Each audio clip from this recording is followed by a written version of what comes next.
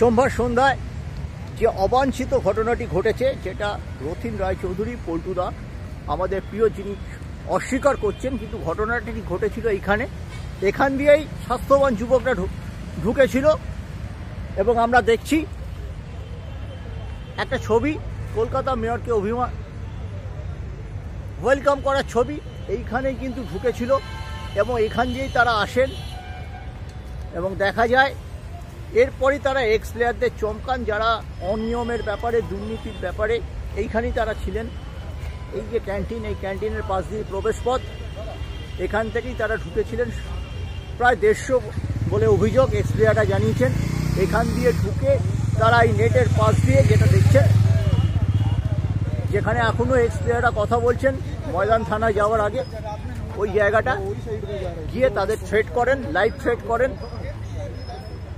কুচ করে গলা কেটে দেওয়ার কথাও নাকি বলেছেন। কিন্তু এখনও পর্যন্ত এক্স প্লেয়াররা ট্রমার মধ্যে থাকায় ময়দান থানায় যেতে পারেননি। মিডিয়ার সাথে কথা বলে তারা ময়দান থানায় যাবে, এমনটাই তারা জানিয়েছেন। এই সেই পথ, আমরা সেটা আপনাদের কাছে তুলে ধরলাম। পালা বদল হয়তো আসন্ন, কে আসবেন না আসবেন সেদিকে আমাদের দৃষ্টি থাকবে। এখানে কিন্তু মনে রাখতে হবে, সুরুচি সঙ্গেও খেলে, চেতনা অগ্রণীয় খেলে। বুঝতে পারছেন রসায়নটা কোন দিকে যেতে পারে, সমীকরণটা কোন দিকে যেতে পারে। আমি ওই দুটি ক্লাবের নামই বললাম, আর কিছু বললাম না। বিটুইন দ্য লাইন আপনারা যা বাজার বুঝে নেবেন। না, উনি এখন ইলেকশন করবেন কেন? উনি তো 27 সাল পর্যন্ত দেখুন, 12 সালে ইলেকশন হচ্ছিল। আমরা যদি সেটাকে ডেডলাইন করি, তার আগে উনি সিলেক্টেড হয়ে এসেছিলেন, ইলেকটেড হয়ে আসেননি। তাহলে 12টা যদি আমরা ডেডলাইন ধরি, তাহলে 12 পরে 16, 16 পরে 20, 20 পরে 24 হওয়ার কথা। এবার উনি কেন করতে পারেননি সেটা তো উনি করছেন কি? 12 কোন ভারতে 4 বছর ওনার কনস্টিটিউশনই আছে 4 ইয়ার্স। না, উনি তাহলে পরপর কটা ইলেকশন হয়েছে? 12 ইলেকশন হয়। তেইশ সালে। আমাকে বলতে দিন, বলছি একমাত্র 12 সালেই হয়েছিল ইলেকশন। তারপরে কোনো ইলেকশন হয়নি, খালি সিলেকশন। উনি প্রতি বছরই একটা অ্যানুয়াল জেনারেল মিটিং থাকে।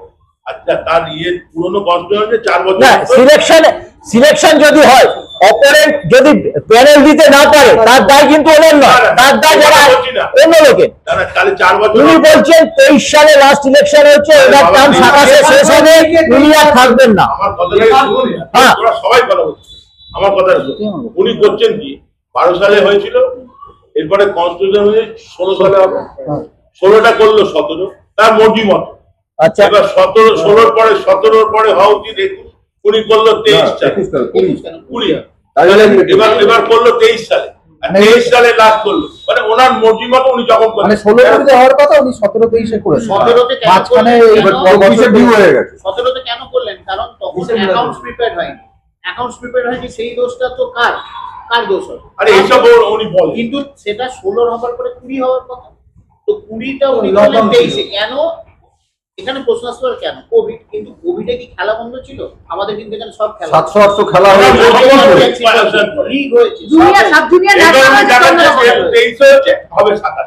তো 20 পরে 24 হচ্ছে কেন? কোনোটাই মেইনটেইন করেননি উনি। ওনার ইচ্ছে মতো ওনার পছন্দ, সেটা রাজা যা মনে করেন। টাইমলাইন কোনো মেইনটেইন মানে টাইমলাইন মেইনটেইন এখন ওইটাকেও ধরে রেখেছে, যেহেতু 23 হয়েছে তাহলে আমি বলেছি, মানে সেটাই শেষ কথা, এটাই হচ্ছে ওনার কথা। 23 এর পরে 27 হবে। আমরা যেটা জানি, এই সময় একটা লেফট ফ্রন্টের আমলে প্রত্যেকটা ক্রীড়া সংস্থারই নিয়ন্ত্রণ ছিল সিপিএম এর কোনো না কোনো নেতার কাছে। একমাত্র প্রলং করে গেছে, রামানুজ বাবু বিদায় নিয়েছেন 27 থেকে, একমাত্র পল্টু রায়চৌধুরী আছেন। এক্ষেত্রে একটা ফ্যাক্টর হয়তো কাজ করতো, বর্তমান যারা শাসক গোষ্ঠী আছে, শাসক দল আছে, যে পাড়ায় তারা থাকেন, পল্টু বাবু তারই সেই পাড়াতেই থাকেন, এবং আমাদের মাঠের লোক, ময়দানের অভিভাবক অজিত দার সঙ্গে তার সখ্যতা, এটা হয়তো একটা কারণ তার এই সাস্টেন করার জন্য, এই দীর্ঘ 15 বছর তৃণমূলের আমলে থেকে যাওয়ার জন্য। এবার কি তার বিদায় ঘন্টা বাজতে চলেছে? আমরা কি বলবেন? আপনি তো সবচেয়ে অভিজ্ঞ লোক, প্রকাশ দা। আমাদের ইলেকশন হলে উনি আর পারবেন, এটুকু আমরা জোর গলায় বলবো। ইলেকশন তো 27-এর আগে হবে না। কেন হবে না? এই দেখুন, 1922 সালে, 2022 সালে হ্যাংজাওতে এশিয়ান গেমস হওয়ার কথা ছিল, হয়নি, 23-এ হয়েছে। তারপরে এশিয়ান গেমস কিন্তু ফিক্সড হয়েছে 2026-এ। কখনো টাইমলাইন মেনটেন করতে হবে, টাইমলাইন মেনটেন করতে আপনি যদি ওনাকে ব্যাপার করেন, সেটা তো কনস্টিটিউশন উনি ওনার চেয়ার এবং পোস্টটাকে টেনে নিয়ে যাচ্ছেন, লিঙ্গার করছেন এইভাবে। এটা তো ওনার ব্যক্তিগতভাবে হতে পারে না। উনি যখন কনস্টিটিউশনে যখন লেখা আছে প্রত্যেক 4 বছরে এক্সিকিউটিভ কমিটি চেঞ্জ হবে, ইলেকশন হবে, তেমনি প্রত্যেক 4 বছর টাইমলাইন মেনটেন করতে হবে। আমরা যদি 2012-কে যদি আমরা একটা মাইল ফলক ধরি, হ্যাঁ, তাহলে 12 থেকে 16, 16-এর পর 20, 20-এর পর 24, তুমি যদি 24-এ বিয়ে হয়ে যাবে। তারপর সেটাকে তুমি ধরবে, তোমার ইয়েটা তো হচ্ছে 4 বছর অন্তর অ্যাজ পার কনস্টিটিউশন। আজ অলিম্পিকের যদি ডেট 22-এর জায়গায় 23 হয়, কিন্তু তারা 22-এর জায়গায় 26-ই ধরবে। একদম করেছে তো হংজুটা তখন যখন ব্যাটারিটা চেঞ্জ মানে হ্যান্ডওভার হলো তখন ওখানেই অ্যানাউন্স করে দিল। আর তারপর ন্যাশনাল স্পোর্টস কোড 2011 সমস্ত জায়গাতে অ্যাপ্লিকেশন হয়ে যায়। সেটা নিয়ন্ত্রণ করে দিয়ে সেইগুলো মাছ ছেড়ে দিন।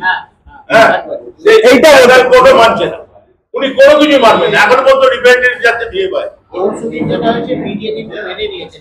উনি যে টাকাটা আছে শেষ করে চলে যাওয়ার জন্য পরবর্তী আমাদের কি খেলাধুলা হবে সেই জায়গা চিন্তা করে। টাকাটা শেষের জন্যই ওই বসে আছেন, এর থেকে পর পদত্যাগ করবে। ঠিক আছে।